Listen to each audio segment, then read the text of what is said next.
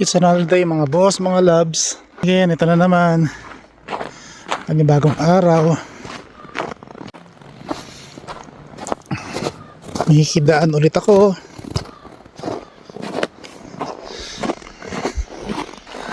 Ayan. Hidaan lang tayo dito. Ang dami sana pang halo-halo.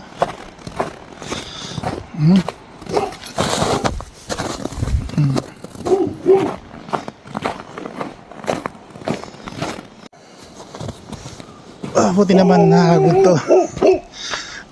Medyo nakahulan ako ng aso. Alam siguro mag-trespass ako.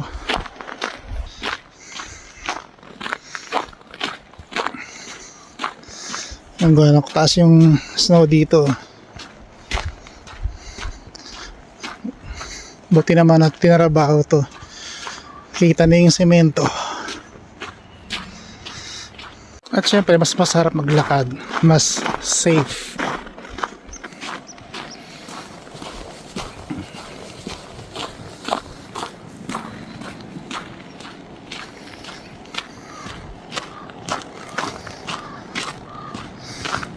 Lakas ng huni ng hawak na yun nasa taas ng building ng Kiano.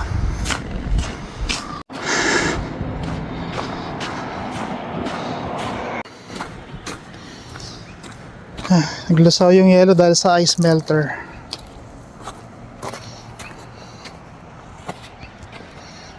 Ayan ang mga gabundok na yelo na may kasamang lupa. Ito na ngayon ang isa sa mga paborito kong bus stop. Papuntang Gregoire. Ito muna ako para may reservang energy. Dito ulit tayo. Mamaya sasakay ako ng yan, yung bus on demand na yan. Pero hindi exactly ganyan ang itsura. Iba-iba mga sasakyan yun. Isa may ganyan, may malaking bus. Ganon. Hoping mag-improve na siya para hindi mahirap sumakay. Ito kasi ang isa sa mga disadvantage ng walang sariling sasakyan. Nagko-commute lang. Marami kasing issue kapag bumili ako ng sasakyan. Unang-una, hindi naman ganun kalaki yung sahod ko. At kapag kumuha ko dyan, maging liability ko na palagi yan.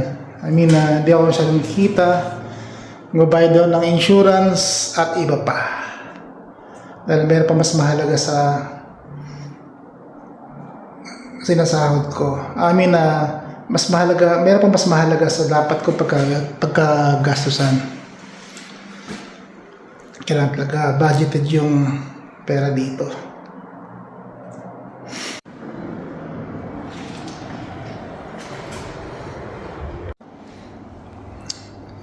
Finally, ito na yung bus ko. Ayan, parating na siya. Buti naman. Again, I'm having this hard time to book for a ride.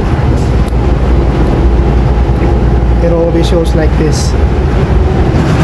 Maybe I could wait for a minimum of 30 minutes to 1 hour. It happens almost every day.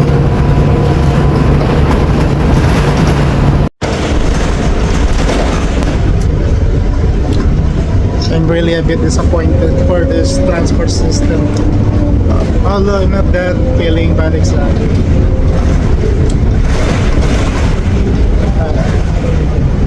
Nakakalungkot lang.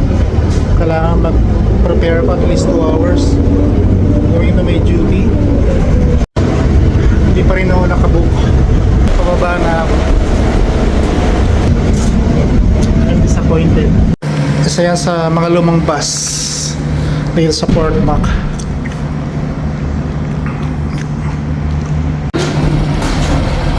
Ayan. Isa to sa mga lumang bus.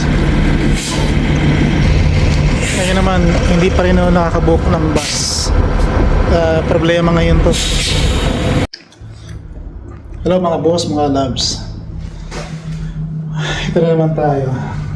Pero naman ako, to be exact. Andito ulit ako sa lugar na to na pinag-aantayan ko. Papuntang airport. Dahil ngayon, 30 minutes na ako nag-aantay. Yeah. 30 minutes, maybe 1 hour pa. Dahil ang hirap kumuha ng bus dito, yung bus on demand na yan.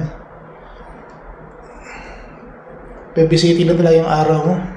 Ayoko na masira yung araw ko na dahil punta ako ng workplace. Finally, after making multiple attempts, again, I need to wait for 29 minutes for the pickup of this bus on demand. This is actually so ridiculous because the bus station, the main bus station is just right here. Just right there behind that building, because this area is Sapray Creek. Yeah, that's Sapray Creek. Finally, I'm able to book the ride. And I need to wait a minimum of 30 minutes. Again, that would become almost 2 p.m. So this is actually not good. And it's disappointing. And ask me why it is so disappointing. Kasi, ayan lang oh. Andyan lang yung hub station, yung pinaka main bus. Ayan lang oh. Ayan yung Sapray Creek Trail. Ayan yung building na yan, nalikuran yan. Andyan yung hub station, yung main bus station ng ng WUSH, yung public bus transport dito sa Port McMurray. Hindi ko alam kung paano ba yung ganitong klaseng arrangement. Sana baguhin naman na rin yung sistema kasi ang hirap, napaka-inconvenient sa mga katulad naming commuters dito. Hindi ko alam kung kanino ko namin i-report tong ganitong klaseng problema. Wala, sabi may nag-survey naman daw dito, pero hindi ko pa namimit yung gumagawa ng survey na yun. Kasi nga, nakaka-disappoint. Ayan. Lalo na kung pupunta ka sa work mo, halos pagod ka, nakakaantay. So, bigay ka ng matagal. Kaya, napakahirap din talaga na walang sariling sasakyan. Saka lang palagi sa yun, kung meron gusto mag-offer ng libreng ride, isasabay ka pa uwi, gano'n. Hirap.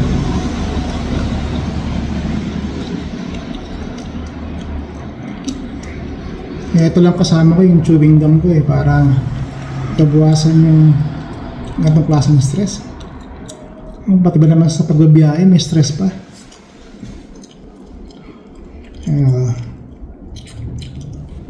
Pero sorry po kung sakaling hindi maganda yung dating ng mga sinasabi ko, pero nagsasabi lang po ako ng totoo. Thankful pa rin naman ako kasi mayroong ganitong klaseng transport system. Kasi yung system kasi nila hindi sa akin acceptable eh. Hindi lang sa akin, kundi gano'n din sa iba na nakakaranas ng ganito. Ayan o. Sila ang responsable. Tsaka ito yan, yung bus company na yan, under siya ng Regional Municipality of Buffalo. Sila yung bus transport provider. Sa ngayon, hindi gumagana tong heater. This heater is not working. I keep on pressing on it, and this time it's not working, and it's so cold.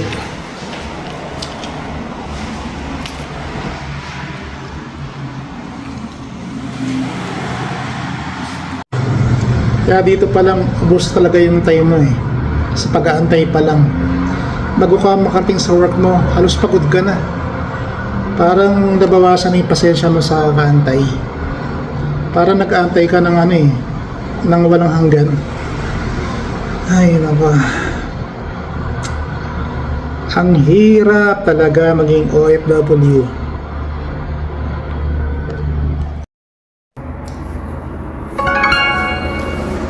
Buti pa laruin ko itong COC. Pamparelax.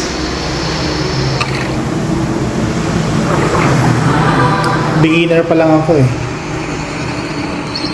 Ayan lang. Pampatanggal ng stress. Pambawas pala. Hindi naman totally natanggal. Officially, I waited for 1 hour now. And my bus is about to arrive in 3 minutes, I guess. Time to pick up my bag. Finally. It's 2 minutes. Actually, it adjusted again. Oh, see? It's fluctuating against 2 minutes. And there's my bus. Finally, it's here. Airport again. At ito na naman po mga boss, mga loves, natapos ang araw na to. Kailangan talaga makapagplano ng future business. Hindi habang panahon ganito nangangamuhan, pero tiis muna. Kaya na yung bus ko puntang downtown. Here I go again. This is my usual walk after coming from duty. Pambuhay ko mga boss, mga loves. Madilim talaga. Finally, it's here. Finally, I'm here again. I'm back. Thank you so much, mga boss, mga loves, for watching. Bye-bye.